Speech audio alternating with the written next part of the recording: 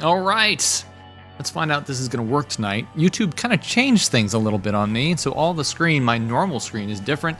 But if this is running, I want to hear somebody say something in the comments, because we're going to get right into the show tonight.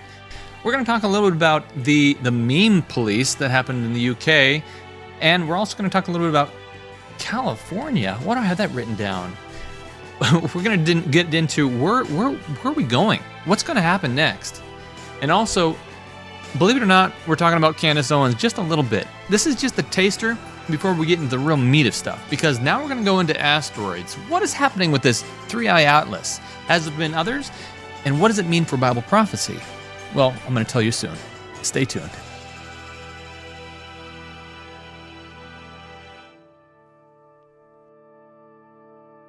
The system is totally rigged and broken.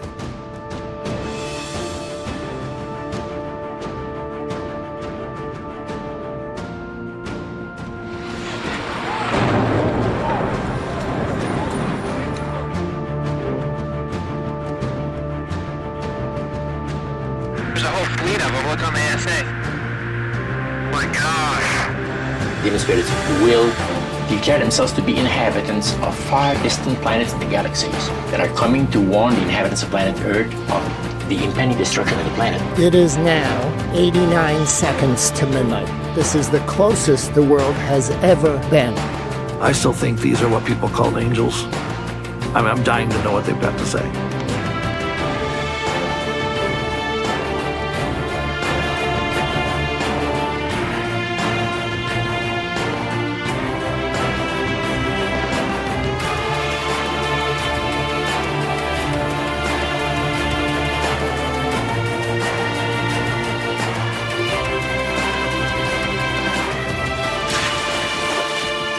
Pretty severe suffering brings them. These entities have the ability to appear in any form.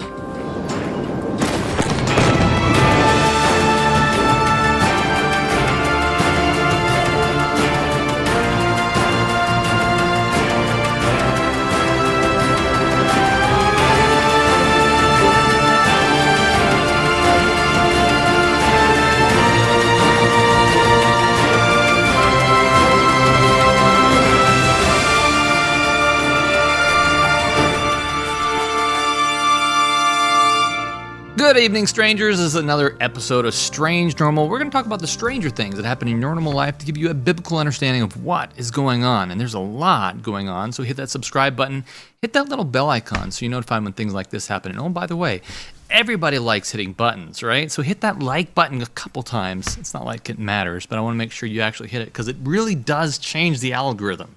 Hit that like button so that we get more likes and it brings more people into the chat. All right, so let's get into it. 3-eye atlas. You know, I've been requested to talk about this so many times that I thought, you know, it's finally time. I got to make a confession. I didn't really think much about this topic, and so I didn't talk about it because I think, oh, it's another comet, another asteroid that's going to go past Earth. But there's something else interesting about this that I think deserves some talk because I try to apply it to spirituality and understand exactly what's happening here. And I think that's very important for everybody as we're digging into this stuff and as events, strange events, continue throughout history. But before we get into the meat of that, I thought it'd be interesting to go over some things I've seen this week and probably happened recently. Some of these memes, I'm not even sure if they did, but something really caught my attention. So this is kind of just something to think about. There's a little bit of a caveat to this next clip, but I want to show you something before we get into the real nitty-gritty. That was wild. You know, it's not even in my notes. How did I miss that?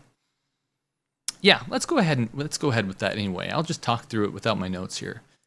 Yeah, all right, here we go. Watch this. This is interesting to me. Okay, what was it? Sorry, I don't like the camera. You can have my body cam. I can exhibit that to you. I just don't like the camera, really. Okay, well, I'm doing this because this is my own house and I am telling you why I'm doing it. So I just need to know why would she's basically viewed a post which is not an arrestable offence. Viewed a yeah. offence, that's it. Okay. It happened in May and you're completely fine. The only thing is, yeah. we need to seize the phone at this current moment. Yeah. The phone needs to get seized from us, otherwise we will escalate this further. But with a voluntary interview. So have you seized anyone else? Is she the only child you're picking on? Voluntary interview, you'd be able to come. Have you spoken to anyone else? No, we'll come to the station now. Do you mind letting her finish her sentence before? Yeah. It does have to get further escalation, unfortunately. That's fine. We'll come to the No, station now. You're not under. The phone isn't seized right now, and we're not able to basically get the phone. We have to escalate this further, which means your daughter will get arrested. For what? And Viewing a social media post? Is I that? need to go with that in order to. No, absolutely not. What can we do to prevent destruction of evidence? I'm sorry. Lisa. That's fine. I would like you to leave now. I'd like you to leave. This is why you're. Okay. I have nothing more to say to you. All right, I'm going to pause it there. Notice that this video is heavily edited, and it's made to really bump up your emotions, because what it seems like is happening here is that these police officers that look like they're in underage have come in and they have decided they're going to seize the cell phone and find out what's going on it because of someone that's viewed a social media post. Well, it got my attention because I thought, this is coming in. And it's kind of confirmation bias, to be honest with you, because I know that this is going to happen someday. But if you dig into it a little bit, what they're doing is they want to know there's some obscene messages, obscene maybe imagery that has been done with this social media account, a fake account, and they're coming to investigate it. I don't think this would have ever really been dug into in America, but this is a different country, and I understand a little bit better now why they would want to maybe investigate this a little bit. But it still does ruffle your feathers a little bit if the police come to your door and say, hey, we want to check out your social media. We want to look at your phone devices. And I have a few things to say about this, because I think we're coming upon a time when this will happen. In fact, just in the live chat, they were saying there was a friend of mine, I guess, I consider you all friends, even though I've never met you before, that was saying, we really should think about a second place to live stream this, just in case someday policies are made to shut down this, because we know it will. Things are going to happen. And everyone's going to be canceled. I hate cancel culture. That's, when the Christian comes up to me and they say, well, I don't go to, name a place, Walmart. Walmart's done some pretty bad things, but they don't go there anymore because they're canceling them due to what they've done. We've all done bad things, and there's some businesses that have done bad things, but really, Revelation talks about a time where it's going to cancel the saints because of a misunderstanding. So I think we should give everyone a little bit of grace on what's happening. However, in this situation, never let the police inside your house unless they have a search warrant. At least here in America, I don't know about other places, but you aren't supposed to, and they can try to persuade you to do that. And if they take you down to the station, I don't care if you're innocent or guilty, you ask for a lawyer. You don't speak with them, no matter how nice they are. Now I know there's police that are watching this. I know that not just because that you are police, but because you are good people that want to do the right thing. I think everyone wants to, essentially in their head, do the right thing, but here's the catch. The job of a cop is not to find the good guy. Let me repeat that. The job of a police officer doesn't get a promotion for finding the good people in society. So they're going to be looking for any evidence to convict you. That's what a lawyer is for. So if you get called down to the police station, you don't know why, or you have a good idea why, bring a lawyer. This is going to become a very important thing at the end of time when there's a bias against people following the Bible. That's why I brought this up. Don't let them into your house. Don't talk to police and ask for a lawyer, even if you're innocent. Don't just, hey, we want to come down to the police station? No. I'll come down to the police station, get my lawyer. I'm not going to, I'm going to say, remain silent, and I'll talk to a lawyer. That's all you have to do. So we're going to think about that for a little while. Okay, so let's actually get into a couple things real quick, because I want to dig into a couple things. The next couple weeks is going to be very busy, and you're not going to see me live for at least 2 or 3 weekends here. But I'm going to have pre-recorded shows that I think you're going to be very interested in that I have to get done and edit this week. But it's going to be fascinating to go through this stuff, and I think you're really going to enjoy it. We're going to California, Denmark, the Space and Rocket Center in Alabama, and also Idaho a few weekends after that. So California is going to be October 17th through 18th. The High Desert Bilingual SDA English Congregation. So there's 2 churches there. Make sure you choose the Bilingual English Congregation. That's you can find that 7875 7th Avenue, Hesperia. Also, Denmark, if you are across the pond there, I will be flying across the pond to speak 3 different locations. So that's going to be Denmark. I'll be there 21st through 28th. And that will be on the west side of Denmark. The 24th, we'll be speaking at October 7. I'm going to really mess these city names up. But you ready for this? Maybe I should just pull up my notes so you can actually see it. This is where I'm going to be at right here. Then the back leisure center. And the 25th, that's the church I'm going to be at. And then this is the name of the next lecture center I will be at. If that's something that you're into and you're near those locations, you should definitely check me out.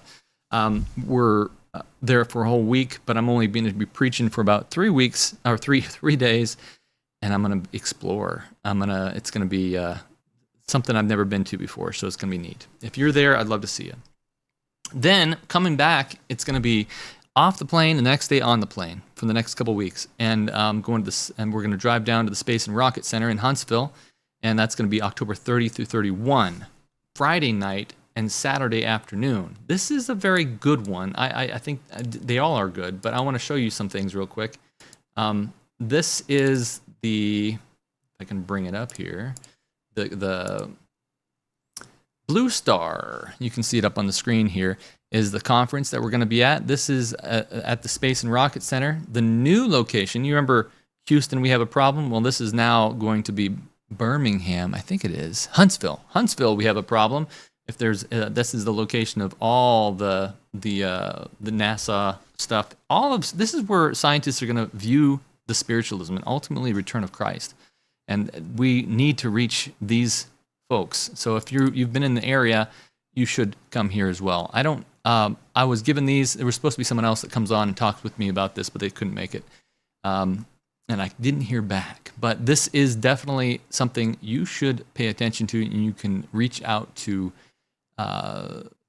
this and find it online. Blue Star 2.0 is the name of it. And surely there's there it is.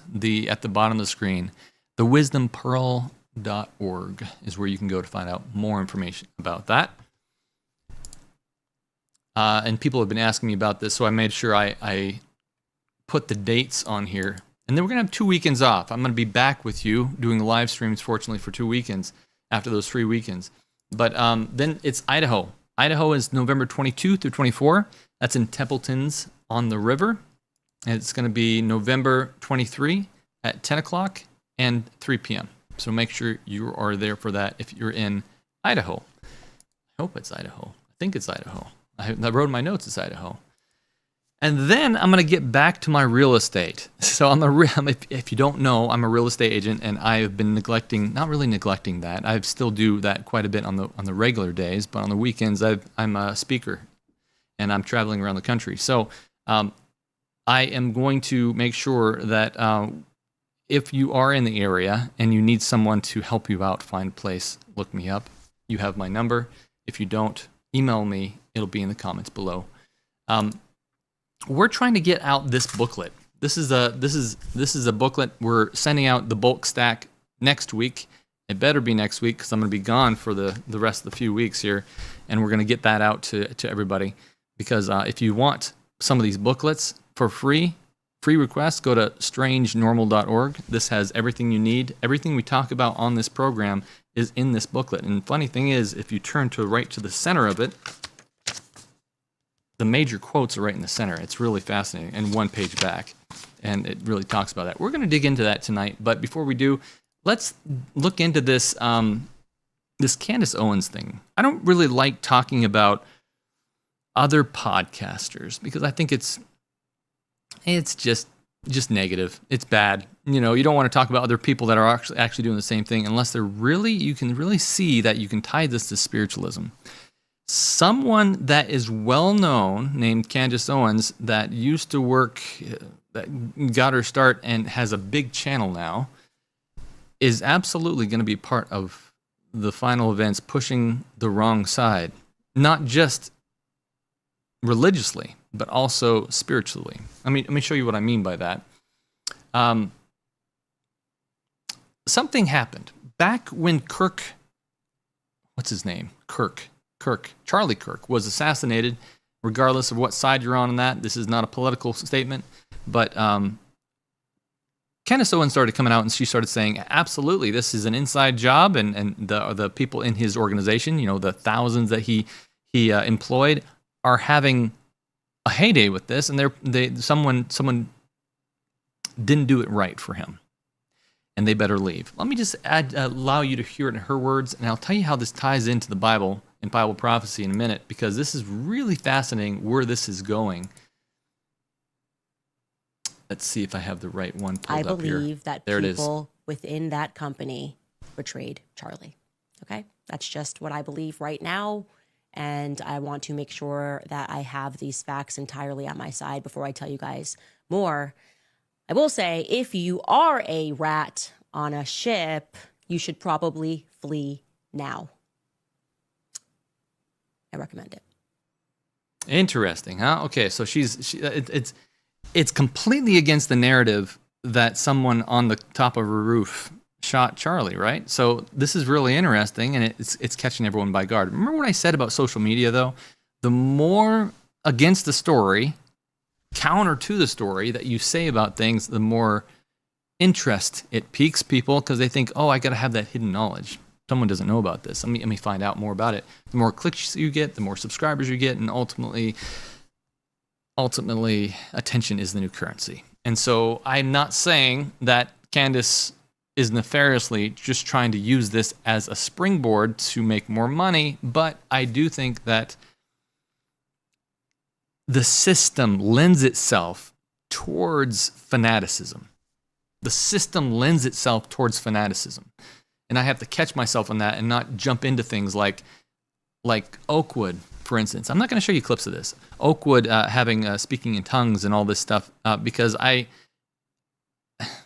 for one, people make mistakes. Leaders put people on stage that make mistakes.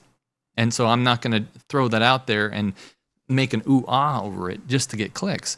But I think at the same time, we need to call out what is wrong, and I think they already know that it was wrong. They've had a lot of backlash for that. So these are the kind of things I'm thinking about as I'm presenting this, and as the channel grows. You don't want to, mess things up too much. So Candace became Catholic, and this was back when she was still at her former job in Nashville, working for Ben Shapiro. And so that raised some red flags in my head when this well-spoken woman all of a sudden flipped from Protestant to Catholicism, because Protestant is the exact opposite of Catholicism. Catholicism is like the Mary worship, the I'm going to push the agenda of the Catholic Church, who wants to rule the world, basically. The Pope wants to rule the world, and he wants to decide what is moral and what is not. And then Candace was against that, and all of a sudden she said, I think I want to be for that now. Why? Why did that happen? So I dug into that a little bit, and we're going to come back to what she's talking about, Charlie Kirk, and I'll tell you how the spiritualism fits in. You're going to be blown away by this. But listen to her why she became Catholic first. Here's it is. People always want to know, what made you become baptized, convert into the Catholic faith? I was Protestant my entire life, and everybody's journey is different, and everybody's journey, or at least for me, has been very strange, and I'm very excited to share it with you. And I think you guys have probably figured out that my journey really was through politics to faith. Not a typical journey, but that is really where it began for me.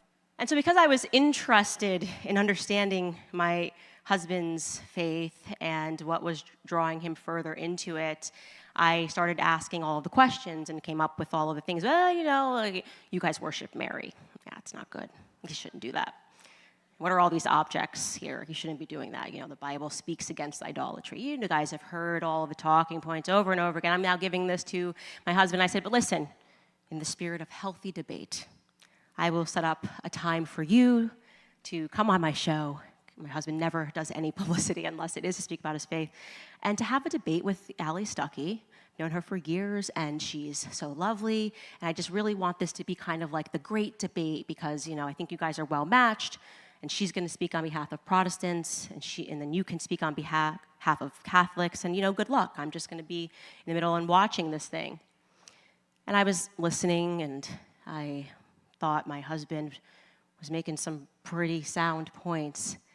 And then after this debate, and I promise you guys this is the truth, and I have to pull this up on my phone, in the comments section, this is when the beginning of the rest of my life began. An unknown human being named Jose, who somewhere in the world is probably going, this began with me, wrote this under the debate regarding Protestants. Shallow doctrinal talking points just hide the unequivocal American dislike for royal authority. That's what's really going on. The idea that you can make your own denomination with the doctrinal tidbits that you like is quintessential to American freedom. Anybody can be president, anybody can be a pastor. Evangelical Christianity really is classic Americana in a religious costume. The fact that there are thousands of mutually incompatible Protestant denominations proves Protestantism as a whole cannot be the truth. It was politically convenient for the Northern European powers when it popped up to rival Rome, and then it adapted beautifully to the character of American society. Protestantism is more interesting sociopolitically than theologically. Ouch. All right, so she's speaking to a bunch of Catholics here, and I want you to notice that flowery language didn't really say anything. It didn't have any facts behind it. It didn't have anything but just to chew down the idea that something happened, and we had a bunch of Protestant churches that were created after this. It didn't talk about the 99 Thesis that Luther nailed to the wall door. It didn't talk about anything. It just said, well, it fits the American culture, and look how many there are. That tells you something, doesn't it? No, it does tell you something. It tells you that where there is truth, Satan wants to scatter the truth. Divide and conquer is what happened. And so I don't understand how someone that was supposedly so smart, so well-spoken, missed that. And it really had me guessing real quick. We're about 2/3 of the way through this clip. They're going to clap for her because she's at a Catholic presentation somewhere. But listen to what she says after this. She reads some comments and things. Listen.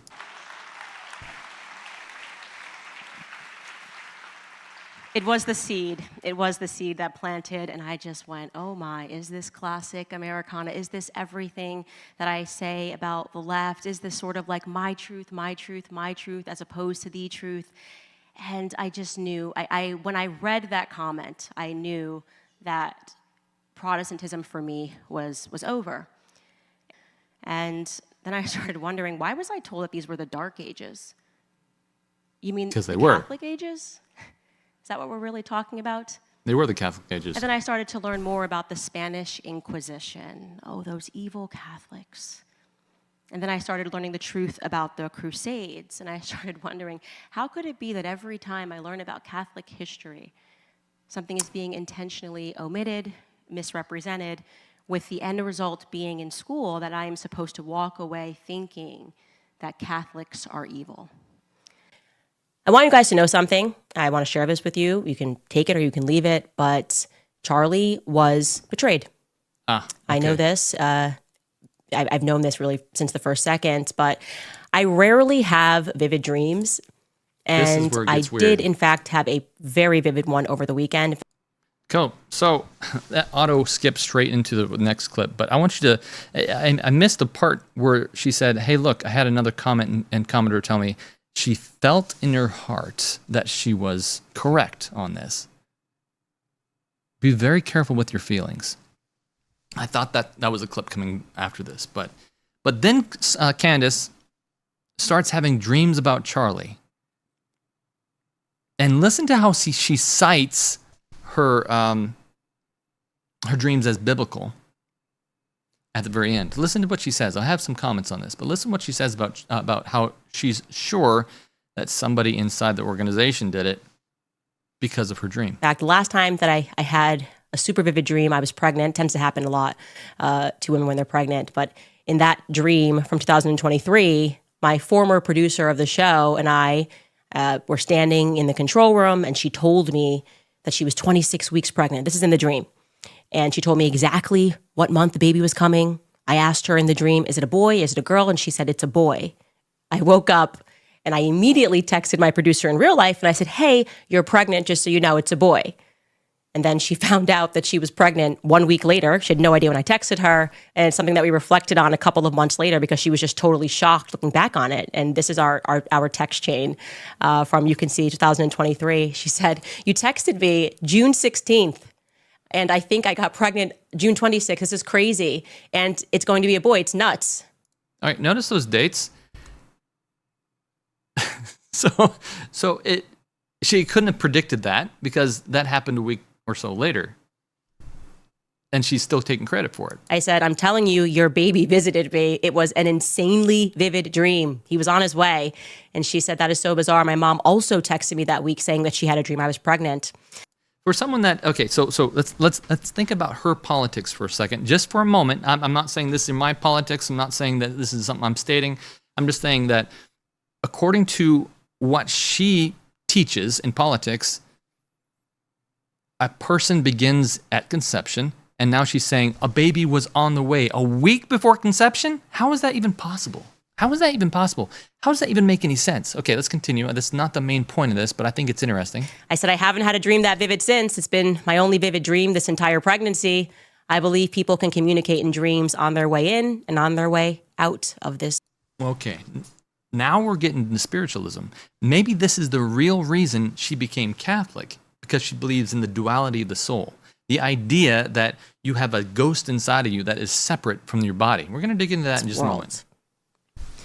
I similarly, like I just said, had a vivid dream this weekend, and Charlie came to me and he told me that he was betrayed. Okay, so this is the real reason, not because of some tip that she got online or that that emailed in or that came to her. It's because she had a dream. Be very careful with dreams, visions, and feelings. Listen to what she says about this. And so for me, you don't have to believe that, but I do believe that. And it was the immediate sense I got, actually. And I don't know who exactly it is that betrayed him, but I also felt in the dream that it is soon going to be revealed, that it's actually inevitable that it is going to be revealed, that there is nothing and no one that is going to stop the truth from coming out, and it is going to have international consequences. Take that to the bank. Quote me on that. Okay. Women tend to have a stronger intuition about people, I would say. I think it was the writer, producer, Conrad Flynn, that recently went on to Tucker Carlson's show, and he discussed that phenomenon in the context of the persecution of Christ. Okay. Listen to this. And for a second, this will make you pause and go, well, that is biblical. But listen and tell me in the comments why this is incorrect and she can't use this example. This is interesting. Listen, folks. Talking about Pontius Pilate's wife warning him not to persecute Jesus. Elda MJ writes, rooting for you from... Okay, so did you catch that? So she said, Pontius Pilate had dreams, his wife had dreams, so I can have dreams too. You know what the problem is? Pontius Pilate didn't have dead people come to him. Pontius Pilate's wife didn't have dead people come to her in her dream. Because God doesn't use dead people to give you a dream. Ever. 100%. You can quote me on that. You can take that to the bank. He doesn't use dead people because dead people are dead. It's only Satan that uses dead people to manipulate you, to make it seem as if it is a control, to control you. Do not trust this woman. She is working for the other side, and she is absolutely dangerous. Take that to the bank. I know there's a lot of people that are going to really hate me for saying that, but I hope you understand where I'm coming from on this. This is super dangerous.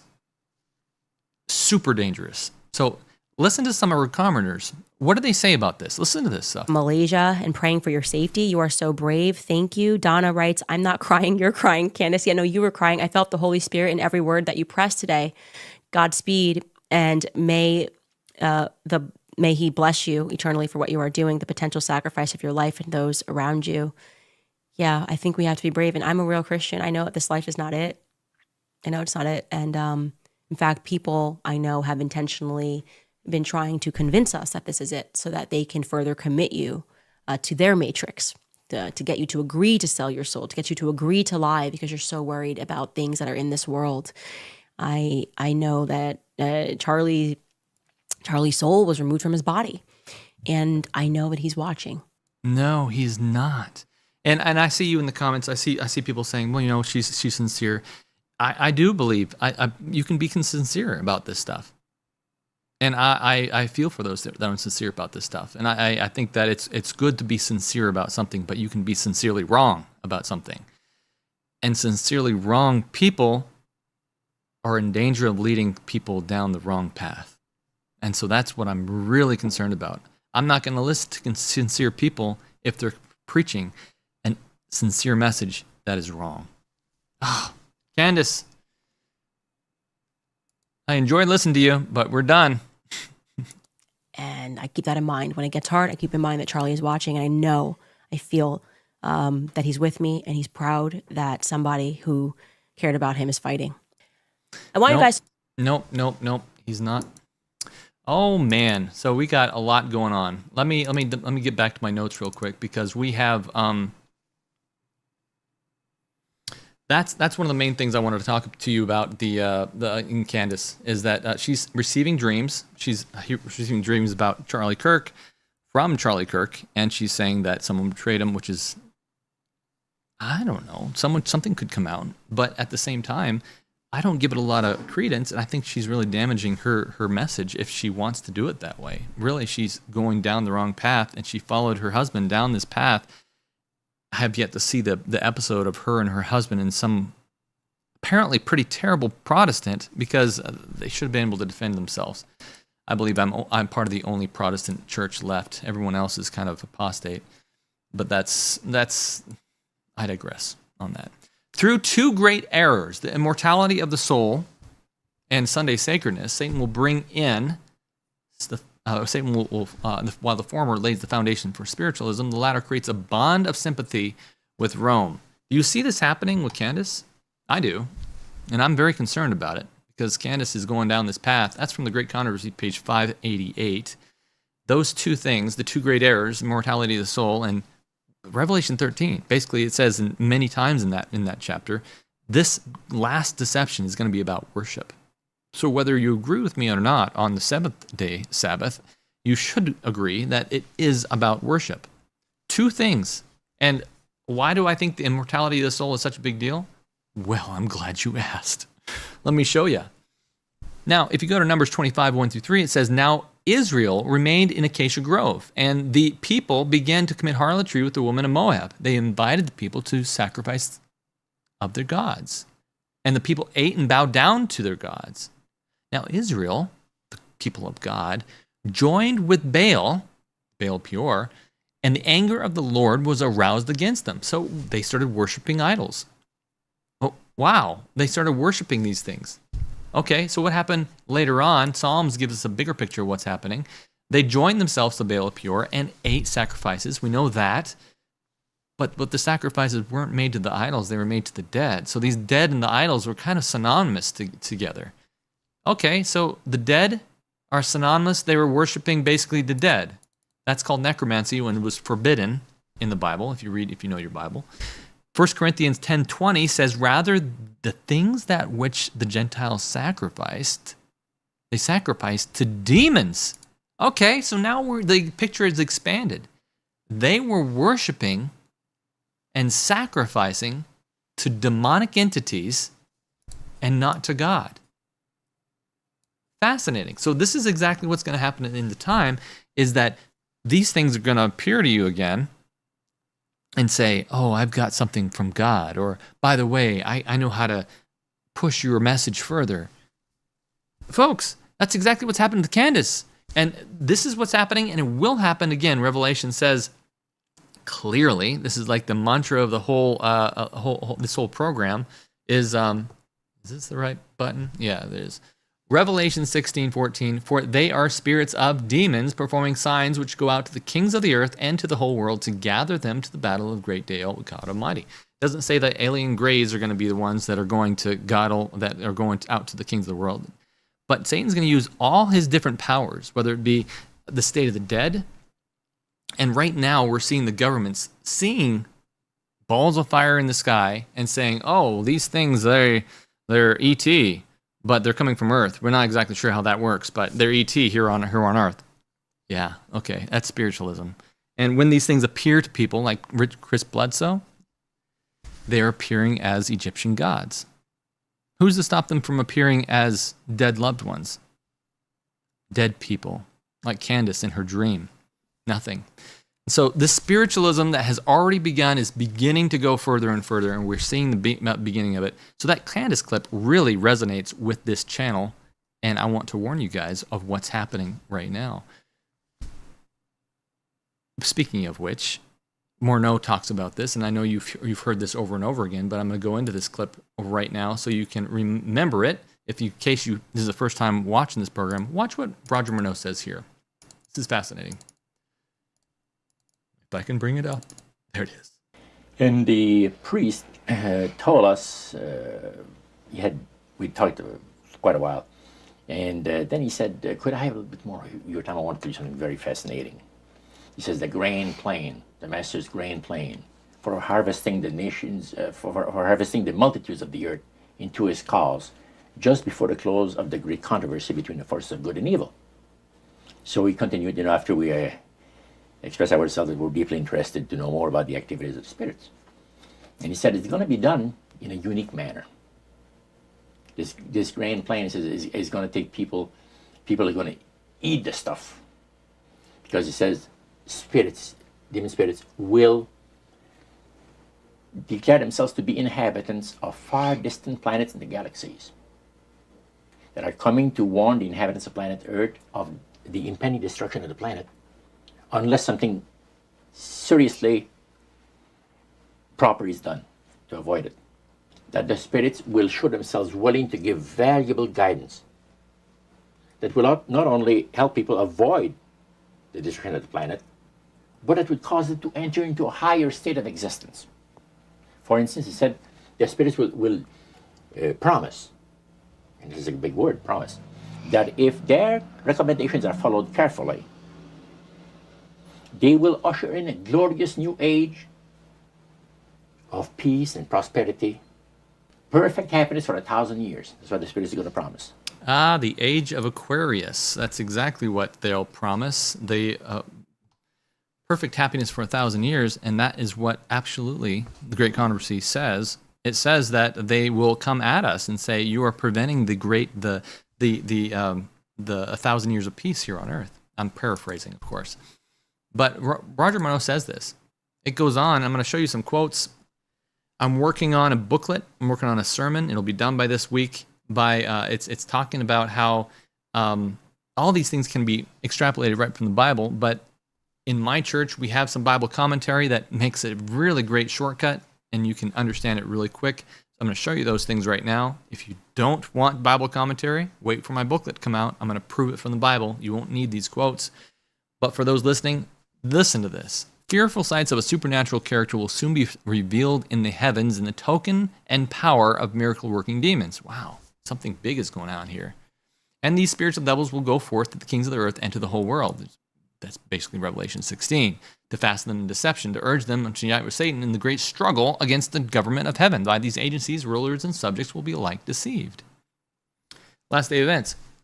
He and the angels who fell with him will appear as men seeking to deceive. Oh, that's second select messages. This is last day events. Satanic agencies in human form will take part in this last great conflict to oppose the building up of God's kingdom of God.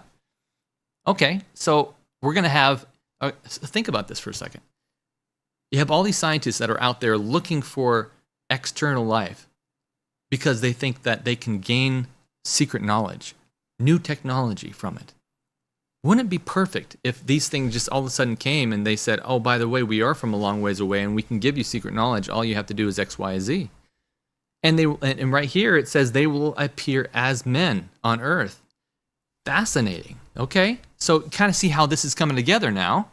And then you got to say, well, surely this would have been talked about in different commentaries, right? Absolutely it has been. Let me show you. It says it right here. Great Controversy, page 552. When they had been led to believe that the dead actually returned to communicate with them, Satan causes those who appeared who went into the grave unprepared. They claim to be happy in heaven and to occupy exalted positions there, and thus the error is widely taught that no difference is made between the righteous and the wicked, and the pretended visitants from the world of the spirits. What? Okay, so pretended. So they're pretending to be visitants from the world of the spirits. But I thought they were spirits. Don't the spirits come from the old world? No, the Bible says they're veiled.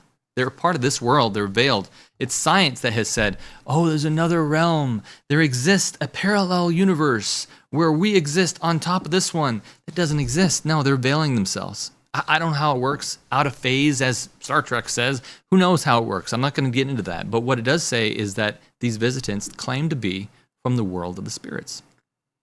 That's not Earth. They claim to be extraterrestrial. Okay, so that happened. That's going to happen in the future. Has it happened before? Because there's nothing new under the sun. Absolutely it has. Watch this. In the days of the Hebrews, there was a class of people who claimed, as do the spiritualists of the day, to hold communion with the dead. But the familiar spirits, as these visitants from other worlds, people often stop me and say, look at this other one. It says world. That's not talking about extraterrestrial. Well, look at this. She said worlds.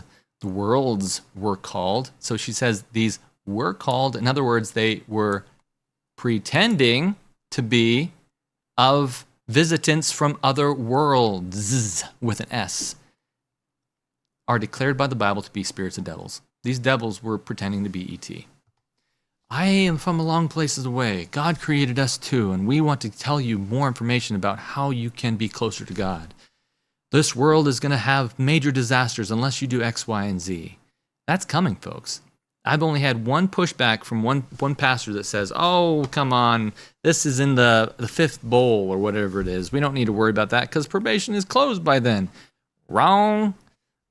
That's not how it works, friends, because what happens is we're told to go and tell the people about the two main things that are going to be the trips, the problems that is going to throw everyone, all good Christians that are like Candace, well-intentioned, and lose them. And what's that going to be? Wrong worship, just like the Cain and Abel situation. And necromancy, talking to the dead instead of going to God. Probation is not closed by then if we're told to go and do this. So it's important that we talk about this topic. Let me see if I can get some likes on this video if you think that's important. And if you think this is important, by the way, we got a Patreon, patreon.com/strangenormal. Your reoccurring donation helps us continue this message. Helps us buy new cameras. These are getting old and soft. We need to actually upgrade some things in here so we can have a better podcast for you. Pointing to my podcast set, which is just on the left over here. But this is interesting because now you got scientists that are pointing to other things in space and saying, boy, I sure hope that we don't have asteroids that come hit our planet. Haven't we been taught by propaganda for a long time through our education system, through Hollywood? What was that movie, Armageddon? There's a couple movies that came out about asteroids hitting the Earth and causing a climactic situation. All this propaganda came out and said, hey, this is all going to happen. You're going to have this terrible stuff. And now scientists are all worried about this. And they're looking for asteroids that are going to come hit us because they don't believe in anything that's protecting us. What if? Could it be I'm just saying, could it be that someday something comes and says an asteroid is going to hit the Earth? Traumatic natural disasters are going to happen. Man-made bloodshed, wars and rumors of wars are going to happen unless you do X, Y, and Z. Everyone has to get back to church. Everyone has to get into the rhythm. The New Age movement of that flow, whatever that is called, in sync with the thing that is nature. I don't know. They're going to say something like that. So science has seen three things. They've seen Oumuamua back in 2017. You remember that? So Oumuamua was founded in October 2017 by Robert Work using a Pan-STAR telescope in Hawaii. That's why it's Oumuamua. It has a weird word because it's Hawaiian or named after something in Hawaii. Showed slight acceleration inconsistencies with pure gravity, yet without visible outgassing. So something was weird about this, and it passed us. Then in 2019, you didn't hear about this one because it looked like a regular asteroid. No one cared. This was called the Borisov, and I can't even say that word because in August 2019, amateur astronomer, I'll just put it on the screen here so you can see it because I can't pronounce some of these things. Gennady Borivo, the last name in Crimea, was a very similar and ordinary solar system comet, rich in carbon monoxide and water and dust and grains. And then, suddenly, now we have 3i Atlas. What are all these others called? Well, it's 1i and 2i and 3i, and that's where you get these things because these are the third things you've seen so far. So we're seeing more and more of these asteroids coming towards Earth. Could it be that we're seeing more and more of this stuff happening? Does the Bible say anything about asteroids? It does talk about major climactic events.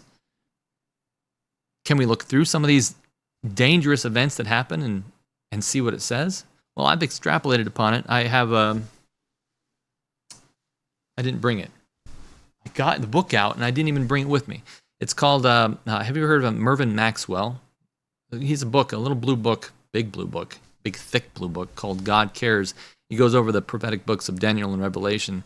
I have several copies for some reason. I think we were doing a Bible study at one time. And it's interesting. I went through the Mervyn Maxwell study and trying to find, okay, what is it today? Understanding this whole, a few verses that seem very prophetic in here. Are they from a historical standpoint? Is it a dual prophecy?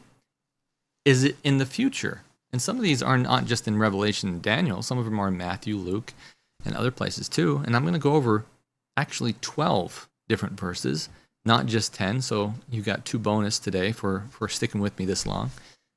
But before we do that, I do want to see what this whole thing is about. These 3i Atlas. Let's dig into a couple videos and see why the news is all riled up about this. You want to see that real quick? Enough of me talking. Why am I up here talking? Let's hear what these stories actually say. All right, here we go. What if an interstellar object whirling through our solar system is actually a nuclear-powered spacecraft sent by aliens to test how humans respond? That's what a noted astrophysicist believes might be the case, and he says an image from the Hubble telescope backs him up. Most scientists agree that the so-called 3i Atlas is a comet from another solar system. But Harvard scientist Avi Loeb claimed on this show a couple of weeks ago that it could actually be some type of alien technology. Now, that's a controversial opinion all on its own. But he's now going a step further, arguing that the 3i Atlas could be a nuclear-powered alien spacecraft. Loeb says the Hubble picture appears to show the object emitting its own light. The object also appears to lack something that all comets have in common, and that's a tail. So what is this thing exactly? The supposed comet is catching the attention of some of the nation's most renowned scientists, as one Harvard professor is raising the theory this may actually be a piece of alien technology. According to renowned theoretical physicist Professor Avi Loeb, the comet is on an extremely unusual path, moving too fast to be bound by the sun's gravity, breaking a typically seen orbital trajectory. An update now to a story that we have been monitoring for months. If you regularly watch Finnerty, you will be familiar with this next story. Right now, as we speak, 3I Atlas, an enormous glowing object the size of Manhattan, is speeding toward Earth on what appears to be a planned, coordinated trajectory. It's going so fast that you could fly from New York to Los Angeles in just 1 minute. Now, conventional scientists say that it's just a comet. Of course they're going to say that. But it's doing things that comets just don't do. No comet we've ever seen. So what is it? Joining us now to answer that question, Harvard astrophysicist Dr. Avi Loeb, and member of the House Oversight Committee, and someone who took part in the UAP hearings just last month, Tennessee Congressman Tim Burchett. Gentlemen, great to have you back on. Dr. Loeb, I want to start with you. October 3rd is an important date in this 3I Atlas saga. Why is today so important, and what are we now learning about this thing? For a simple reason, a picture is worth 1,000 words. And we are about to get the highest resolution images of 3I Atlas when it comes within 29 million kilometers from Mars. There are several orbiters, one that was deployed by NASA around Mars, and it has a camera. This camera is called HiRISE that will be able to resolve 3I Atlas with a 30 kilometer per pixel resolution. So we will learn much more about it in the coming days, and hopefully the data will be out soon. Science is fun because we can learn from evidence. So far, there are 7 anomalies of this unusual object. The size is very large. It's larger of all the size of Manhattan Island, about 1,000 times more massive than the previous interstellar comet, about 33 billion tons, at least that mass. There was a jet coming out of this object towards the sun. Unlike a cometary tail that usually goes away from the sun, there was an unusual chemical composition containing mostly nickel without iron. There was a polarization of light never seen before for comets, and the trajectory of 3I Atlas is aligned with the plane of the planets around the sun. The arrival time was fine-tuned to come very close to Mars today, and later to Jupiter and Venus. And also I noticed that the arrival direction of 3I Atlas was coincident with the direction from where we got the most powerful radio signal back in 1977 that was called the WOW signal. Do you get the impression that Avi Loeb, the guy who's talking so much right here, he's really into this? he is so fascinating. Look at how big his eyes are in this. He's like, let me tell you all the facts I know about this. I mean, he's really been studying this hard. Bless his heart. And I think it's interesting. Why is he so into this? So I dug a little deeper, and I wanted to know what his theology, I guess, is on this stuff. Let me show you. Watch this. We live for less than 120 years, which is 1 part in 100 million of the age of the universe. We live for such a short time, and yet we engage in wars and conflicts that shorten this time that we are on this earth even more. Does that sound intelligent to you? Okay, think about that for a second, because it took me a second. Is war intelligent?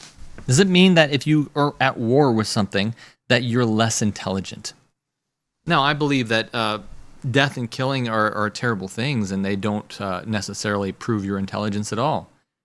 But there was war in heaven, in a perfect environment. When Satan fell, it didn't have to be that way, but the war was as real as it is here on earth. And I do believe that just because you have war with something means you have a disagreement. It's sad. I don't think we're ever going to have a war again once this whole problem with sin is over. But because Satan rebelled, he had to be cast out. And his rebellion continued here on earth. This is why we are here. This is why the earth exists. He can't be seen right now because during the 1700s, all that went away as they tried to make people believe there wasn't a spiritual realm, and if there's not a spiritual realm, there is no God.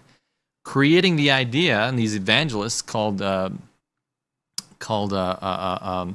evolutionists that are going to push the idea that we're seeing alien activity, and it's come full circle. And then you have the complete picture now of how this whole thing is coming together. So is war bad? Absolutely. Is a disagreement a sign of unintelligence? Well, I'll leave that for you to decide. Let's hear what else he says about this, about what he thinks about alien life and how this AI I3, whatever it is, 3i Atlas, could be something more. Watch this. No. So my hope is, there are religions talking about Messiah coming to earth, bringing peace and understanding. My hope is that the Messiah will not necessarily come from this earth, that it would come from another star and would give us a better perspective about how to handle ourselves as the human species, to do better, basically. Mm-hmm. And, maybe I can help bring the message to us. That's really my hope. So these are examples for questions that you asked me, what are some of the existential questions? These two are another thing I wanted to mention is that in 1882, Friedrich Nietzsche, a philosopher, declared God is dead. Okay? And by the way, he belonged to the same nation that killed 6 million Jews a century later. But it also led to the hubris that you find nowadays without spirituality, where science and technology is celebrated and there is no sense of a purpose other than enjoying yourself, mm-hmm. and perhaps finding a superhuman entity out there will bring back the sense of awe that religion did bring, a sense of modesty, humility. You are not the most powerful thing. There is someone else out there. When Moses in the Old... Okay, did you hear what he said there? He's going to go into Moses and the burning bush here. But did we hear what he said? Perhaps finding out that there is a super intelligent being out there will help the crime and the terrible things that are happening on Earth.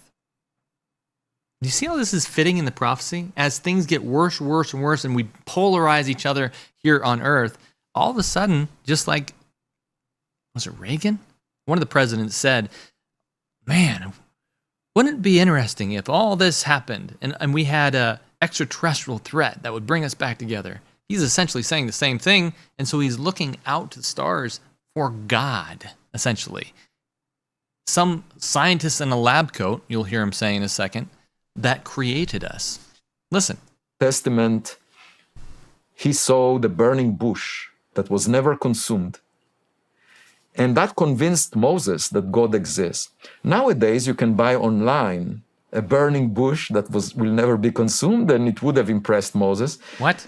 All I'm saying is technology, when it's advanced enough, well beyond what we possess right now, can show up as a miracle, can be very impressive, convince us that there is something much more powerful than us. And this dose of modesty is really needed now. Okay, so he says that dose of modesty is really needed now. If something would show up and be much more advanced than us, maybe it would fix all our problems. So that's what he's kind of looking at. He's reaching out to these things and saying, oh, I wish we could see this all happening here.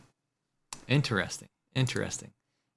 How he wants this whole thing to happen. Well, not everyone's on board with this, because it appears that A.B. Loeb is the one really pushing this idea that this 3i Atlas is a big deal. So Ross Coulthart, which has been a proponent of this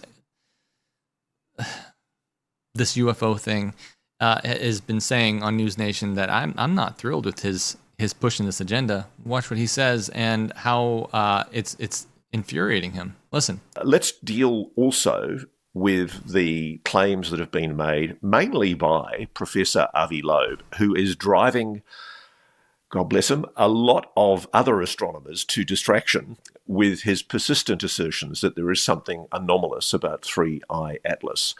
The ball is very much in Professor Avi Loeb's court right now to prove his case that there is something anomalous about 3I Atlas and that it's just not it's not just another meteor or comet.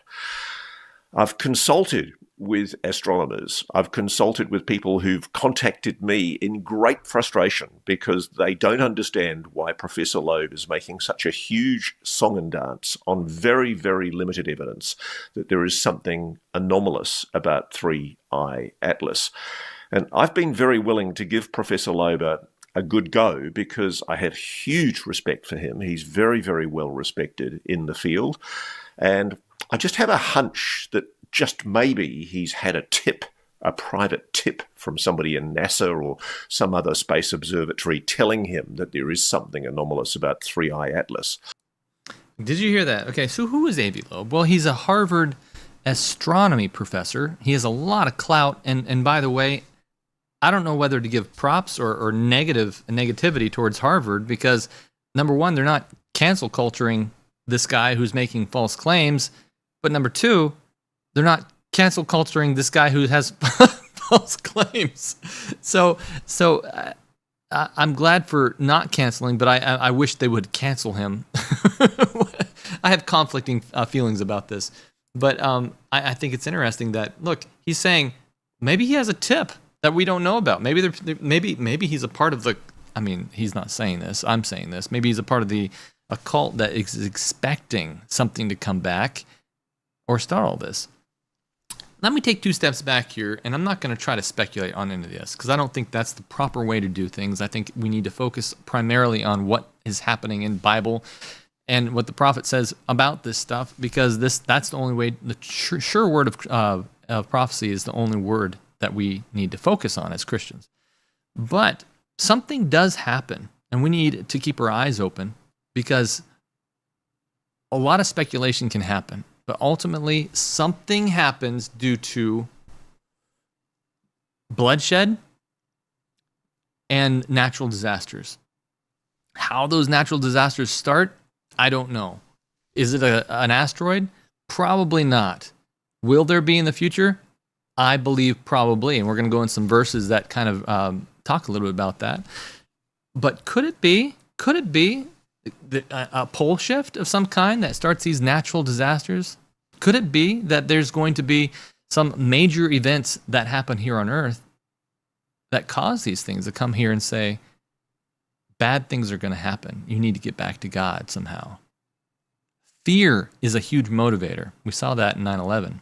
We've seen that in the Ouchie Fauci.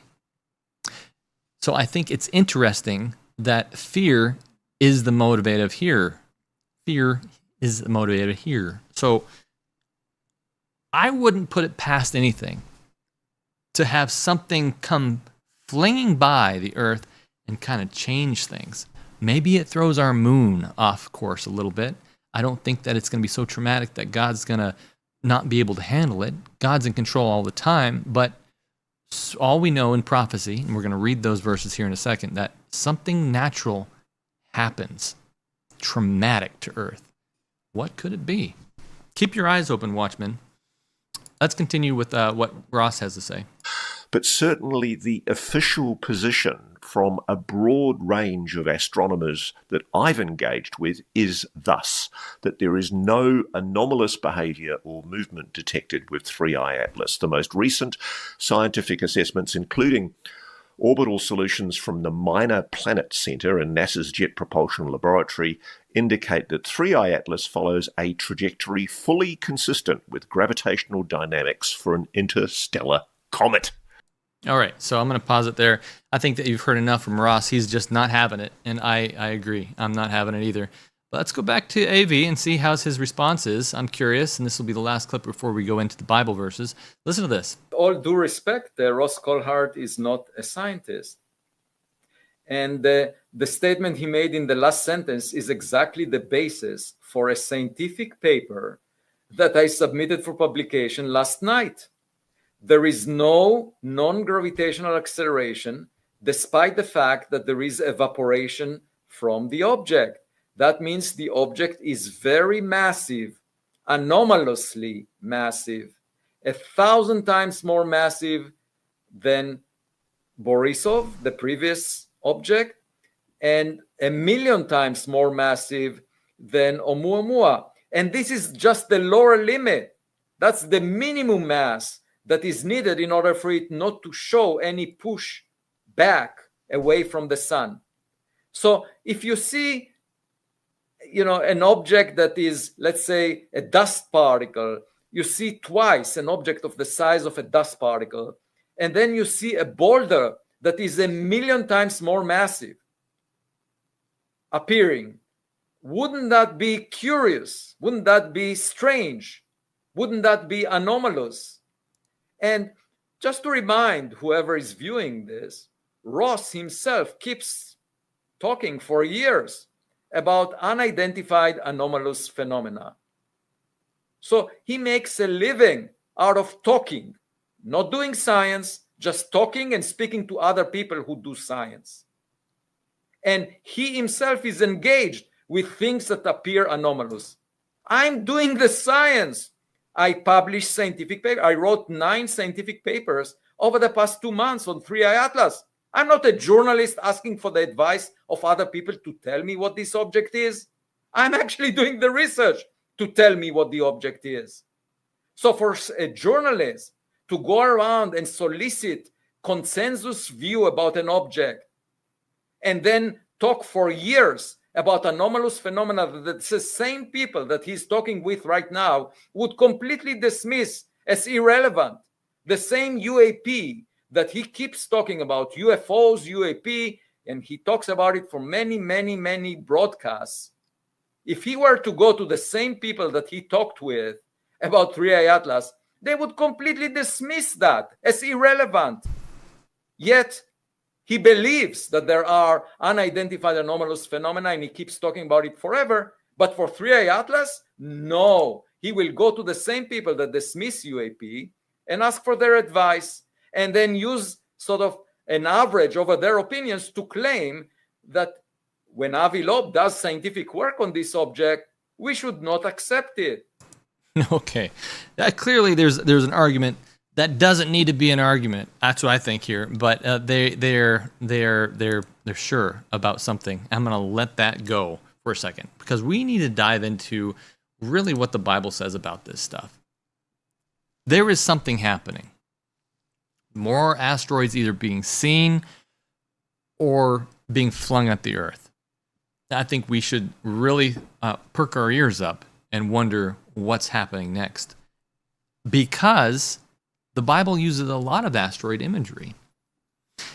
The first ones I thought of when I started thinking about this was Daniel 2. What does the asteroid represent? The rock represent? Well, it represents God's kingdom coming. I think that's fascinating because as all these scientists are looking up at the sky for the coming Savior, that's how it's represented in the Bible, as a rock that's coming. Wow, interesting. Could it be that just like in the propaganda or predictive programming Armageddon movie, we will be thinking here on Earth, we have to stop the rock from coming back? I digress. Let's get this, because that's what Revelation 16 says. We go up to make war against the one coming and returning. And that's why I'm saying that. If you haven't followed the channel, you have no idea what I'm talking about. Revelation 16, go read it. 13, 14, I believe it is. Anyway, there were supposed to be images of this thing, and I think there are a few out there now that are very pixelated, but the government went on furlough or into hiatus or whatever happens because they can't make some decisions somewhere. It's not my world. But they happened, and so they didn't show us the pictures of what was going on. Imagine that. Think that China would have stepped up and done that. They have their own information, or the UK, but we didn't get anything from them either. Perhaps this week. I don't know. Anyways, let's go and look at some of these verses. Now, I'm just going to show you some of these, and some of these you're going to go, oh, come on, that has nothing to do with it. But I thought it would be good to kind of peruse over them because I've heard a lot of Christians say, well, this has something to do with asteroids. Let's dig into this a little bit. And again, a lot of the interpretation comes from Mervyn Maxwell. It's some good books. If you don't agree with Mervyn Maxwell, Let me know in the comments, because maybe things have changed over the years, but these are the books that were given to me when I was studying. Maybe they're heresy now. Double check me. Always do. Always keep questioning. Revelation 8:9 says, "And the second angel sounded, and it were a great mountain burning with fire, and cast into the sea. And the third part of the sea became blood. And the third part of the creatures which were in the sea died. And the third part of the ships were destroyed." Now, what in the world happened there? Well, according to this interpretation, this is all figurative. This is a very historical standpoint. But with a possible natural overtones, the burning mountain is part of the second trumpet, which brings in the Roman era. Now, why do you think it's the Roman era? We're going to go into that in a second.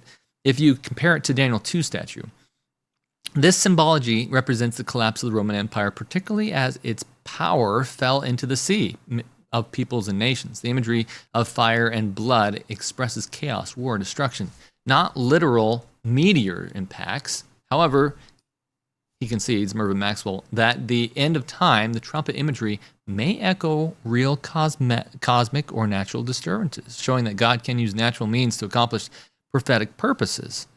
However, usually trumpets are judgments, chapter 8 through 11 of Revelation, and the plagues, chapter 16, are final end time scenes just before the second coming. Verdict, primarily figurative. That's his primarily figurative. We're going to get into some that are not, but let's keep digging. What happened here? Come on, Brad. There we go. Revelation 8:10 through 11. "And the third angel sounded, and there fell a great star from the heaven." A star. "Burning as it were a lamp, and it fell upon the third part of the rivers and upon the fountains of the waters, and the names of the star was called Wormwood. And many men died in the waters because they were made bitter." So what happened here? The moral or doctrine corruption that entered Christianity during the Dark Ages, making the waters bitter, truth polluted. It symbolizes spiritual poisoning, not a literal asteroid. Still, he acknowledges that celestial languages often mirrors real signs. So, and Revelation is full of imagery. We're going to get into some literal stuff here, but it's full of imagery, so be very careful how you interpret it. It's interesting, at the end of time, it's often very literal. Watch this. Let's go back.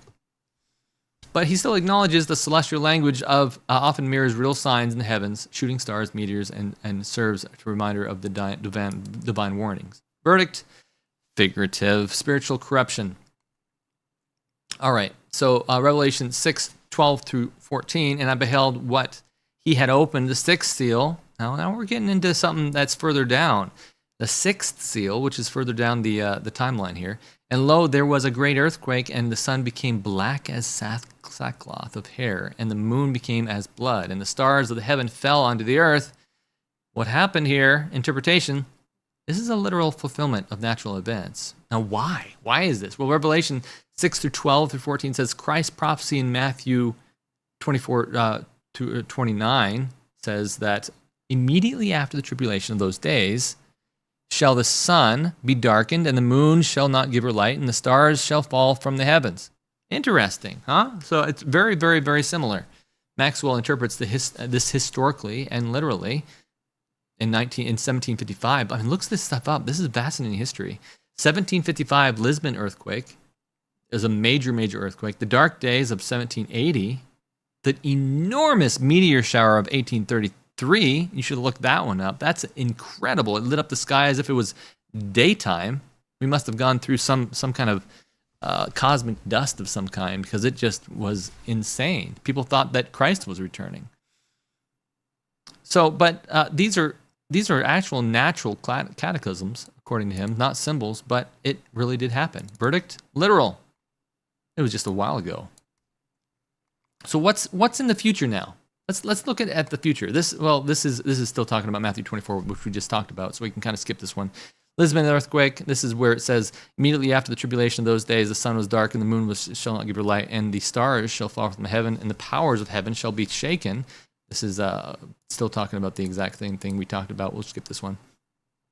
2 Peter 3:10. Now we're out of Revelation for a moment.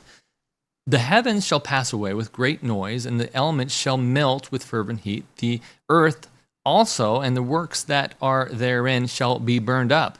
Interpretation, literal. Yeah, that's actually going to happen. This is the return of Christ.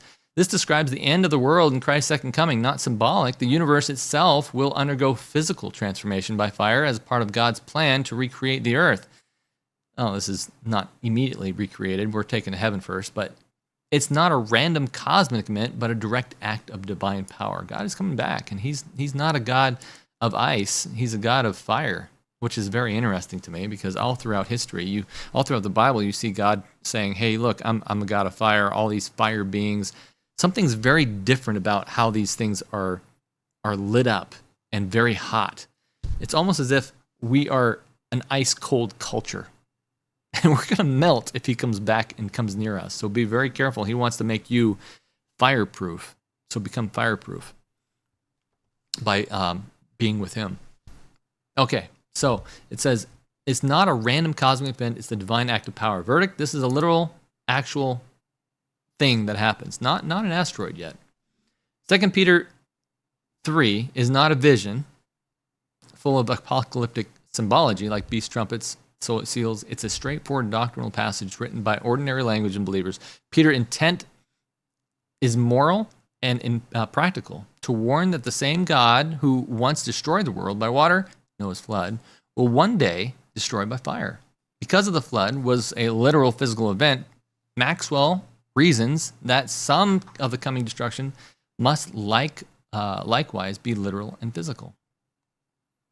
Okay, so what about Luke 21? And there shall be signs in the sun, moon, and stars, and upon the earth distresses of the nations with perplexity. The sea and the waves roaring, men's heart failing them for fear. Yeah, these are all literal. Absolutely, things are going to happen. This is the same phenomena as Revelation 6. The dark day, the red moon, the falling stars, all real astronomical events. Isn't that going to be crazy, though, to see all these things actually happen? It serves as a moral and spiritual warning. These are God's megaphones to a careless world. Literal natural events with spiritual purpose, it says. This is the verdict. The order of signs of Jesus that Jesus gives in Luke 21 and Matthew 24 perfectly match the order that John lists in the sixth seal in Revelation 6. So look at this real quick. I know this is probably a bad table, but see, it says, Jesus' prophecy says there will be earthquakes. Revelation says there was a great earthquake. Jesus says the sun would be darkened. Revelation says the sun became black as sackcloth. Jesus says the moon shall not give her light. And Revelation says the moon shall be as blood. Jesus says the stars fall from heaven. And the stars of heaven fell onto the earth, is what Revelation says. And the powers of heaven shall be shaken. And Revelation said the heaven departed as a scroll. Didn't you notice something there? Why is it so similar? Well, it's because this revelation is the revelation of Jesus Christ. This is what was given to Christ by an angel that was given to John to write down. So, of course, Jesus knew about it ahead of time. And it's so great that we're able to see this stuff that was given to Jesus, and he interpreted and understood. You should be able to understand this too. It's not a closed book. So let's keep going. Joel. Now we're getting into something interesting stuff. He says, I will show wonders in the heavens and in the earth, blood and fire and pillars of smoke. The sun shall be turned into darkness and the moon into blood before the great and terrible day of the Lord. This is a dual prophecy, according to Maxwell. This is interesting. He says he sees this prophecy as a fulfillment in part by the same signs, dark meteor shower, but culminating at the end of time in even greater global cataclysms. Cataclysms. We're not Catholic here. The blood and fire could literally be atmospheric events, symbolic of a final divine judgments. Interesting. Something that happens in the atmosphere. Couldn't God use literal things like asteroids? Perhaps. It could be. These show that nature itself will bear witness to humans' rebellion. So the verdict? Well, partially literal, celestial events, partially symbolic, divine judgments. The sequence, sun darkened, moon turned to blood, this is what we talked about before, is repeated almost word for word by this, Matthew, Revelation, and all this stuff. We've already talked about Lisbon, Dark Day. This is the stuff that's already happened. But will it happen again? Well, I guess we'll just have to find out. So while the signs are literal, the meaning behind them, God's wrath, justice, and call for repentance, it's symbolic and theological. Isaiah 34:4, and all the hosts of the heavens shall be dissolved, and the heavens shall be rolled back together as a scroll, and there shall be a host, their host shall fall down, and the leaf fall as a leaf falls off the vine. Well, I think everyone who's studied the Bible knows that this is absolutely the return of Christ. Symbolic language, fulfillment, literally Christ's return. He interprets this in harmony with Revelation 6. This is all kind of, it's all looped together. Anyone that says that the Bible isn't congealed together just blows my mind, because every book is almost a very similar thing. It's just reiterating, this is what happens. This is how you live life. You don't have to have the entire Bible even to understand the gospel. You pretty much only have to have the Sermon on the Mount. The scroll imagery conveys a collapse of the visible heavens, possibly representing atmospheric phenomenon known as the second coming. Literal second coming. Revelation 16, let's go back to Revelation for a second. 21. And there fell upon men great hail out of heaven, even every stone about the weight of a talent. Now, this is really interesting, because I want to talk about this for a second, because a lot of people say, back in the Bible times, you were supposed to stone a sinner for breaking the Sabbath. But why don't you do that today? Well, it's because of the covenants. That's what happened. Let me give you a picture. Step back for a second. The original covenant, which God wanted to establish with us, was he would be our God and we would be his people. We would look to him to fulfill everything, basically. He wanted to fight our wars. He wanted to, with hornets and hail and all this stuff. But instead, we wanted our own king. We wanted to do it ourselves. I mean, after all, we signed his covenant, his contract with all that you say we will do. We'll do it all. Don't worry. Just don't let them talk to us. We'll die. And God said, well, if you want to do it that way, you're going to have to learn that you can't do it. You can't keep this on your own. You're going to need me. But I'm willing to go with you, and I'll give you guidance on how to do it. And here's what you should do if you want to keep it by yourselves. And he gave them all the Mosaic laws and everything like that to help them keep the government. But God didn't want us to do that. God wanted him to fight these wars. And so if the truth is that if you break the Sabbath, you're stoned, as that's what he gave these Mosaic laws, when does that happen again? We just read it. The hailstones. Those that are breaking the Sabbath, stones fall upon them. And so this is the stoning of the sinner at this point. That's what I believe. Those laws are real, but it's not necessarily up to us to keep them. God is in control, and he's going to keep them. This is insane. So when Revelation says 16:21, and there fell upon men a great hail out of heaven, every stone about a weight of a talent, boy, get out of the way. This is going to be for those who are knowingly and sadly deciding to go against the law of God. It's not going to be a surprise. God's much more merciful than that. God loves every single individual, and he's going to give everyone the opportunity to do what's right. And if you're keeping the law according to your understanding of it, and God has shown you, he's going to show you how to keep it. This life is more than just you trying to figure it out on your own. The Spirit is with every single person. He loves you enough to show you through miraculous signs. And so when you finally come to your end, you're going to have every opportunity. God loves everybody, even the worst sinner. And I am one of those. So make sure that you know that too. Interpretation, literal global disaster. He treats the 7 plagues as literal, this is Mervyn Maxwell, as literal physical judgments through the intertwined with spiritual meaning. The earthquake and hail are actually end-time phenomenon that accommodate the second coming, representing divine intervention through natural forces under God's control. So is this literal or physical? Well, it's literal. Literal or figurative, I mean. Physical catastrophe at the close of Earth's history. Isaiah 24:19 through 20, the earth is utterly broken down. The earth is clean, dissolved. The earth is moved exceedingly. The earth shall reel to and fro like a drunkard. When is this happening? Well, this is actually, I believe, after the second coming. I got to look back in that verse, but let's see what Maxwell's view is. Literal physical shaking of the earth. This is a cross-reference. Maxwell cites that describing the planetary instability at the end of time. Yeah, second coming of Christ. When the divine power shakes not only the nations, but literal globe, compared to Haggai 2:6. So I dug into Haggai. I want to read what Haggai had to say about it. This is some of the smaller books that you don't read as much. So it says, "This is what the Lord Almighty says.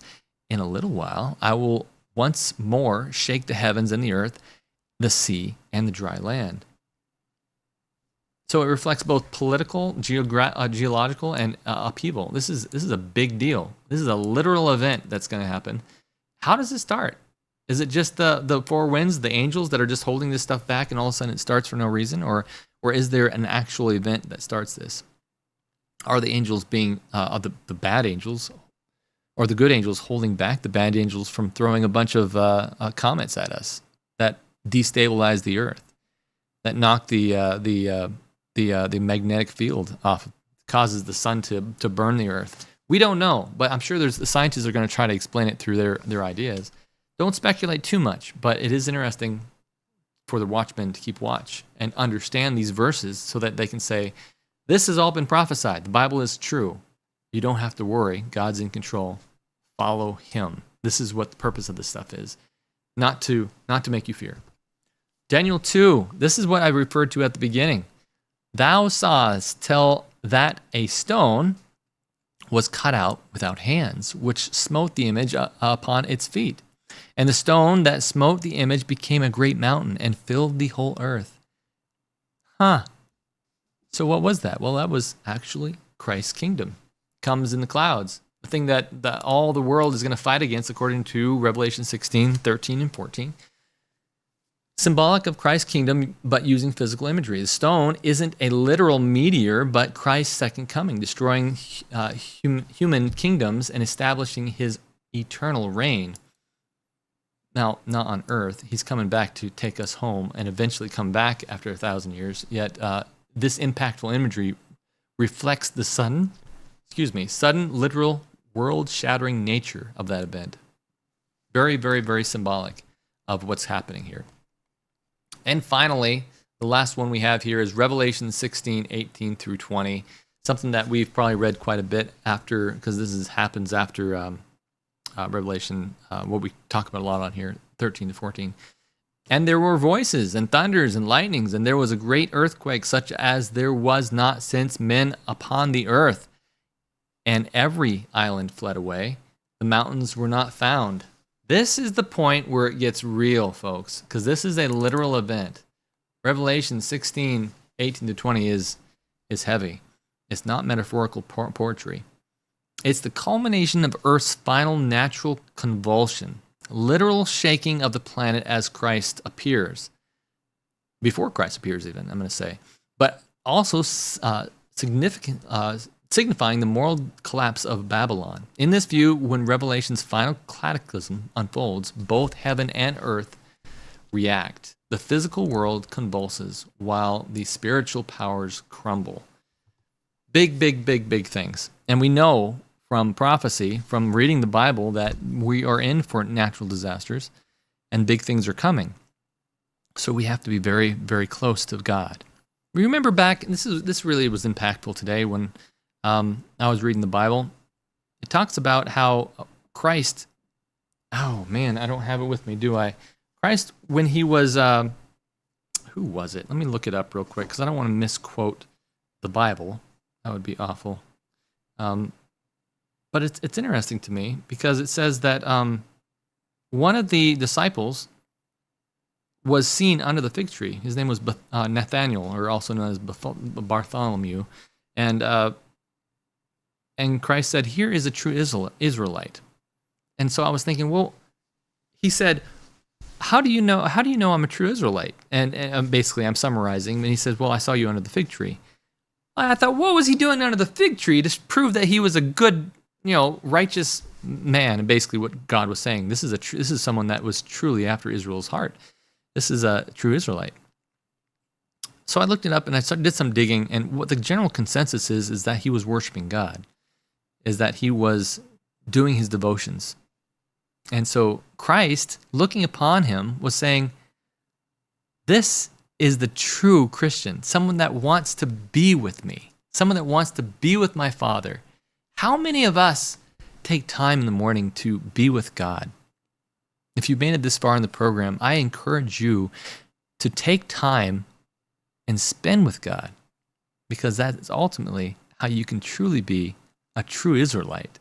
Not in the literal sense, but in the figurative sense that you are figuratively Israel. You are the one that Christ is coming for.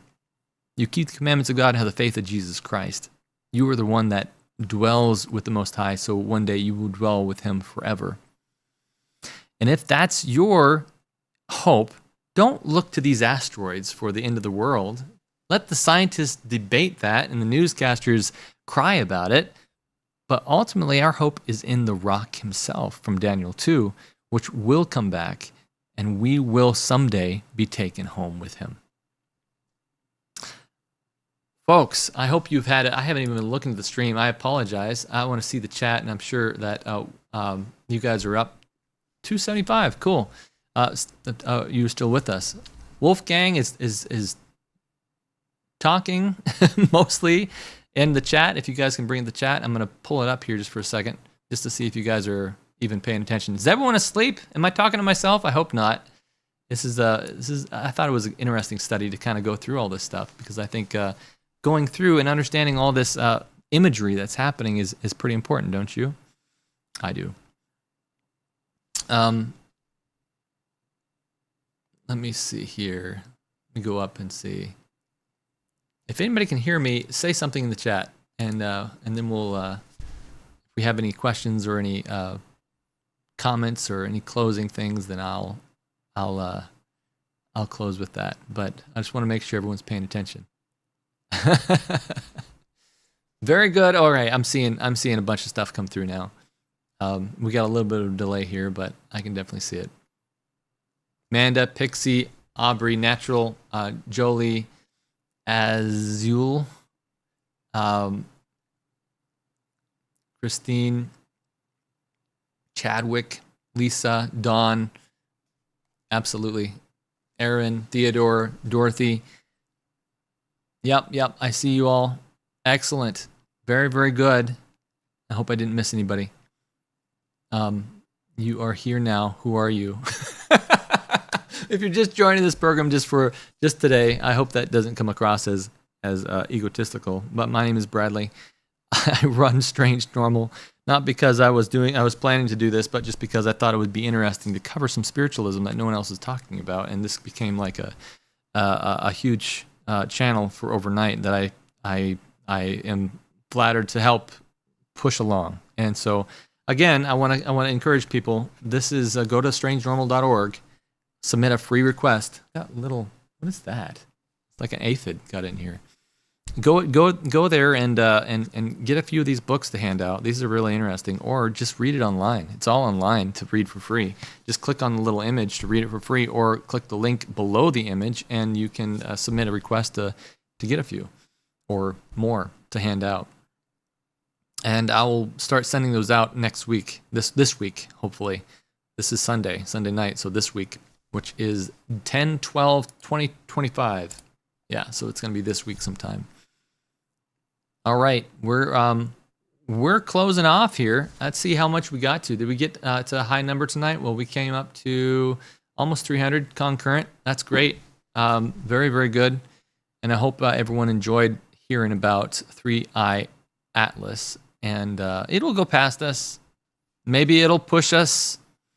Maybe it'll cause some grief for our planet. I don't know. But ultimately, I know that we are closer to the end of time than when we first believed. And so we should be being that Israelite and being close to Christ every single day. My name is Bradley. And this has been Pure Strangeness and Absolute Normalcy. As usual, Strange Normal. We'll see you next time.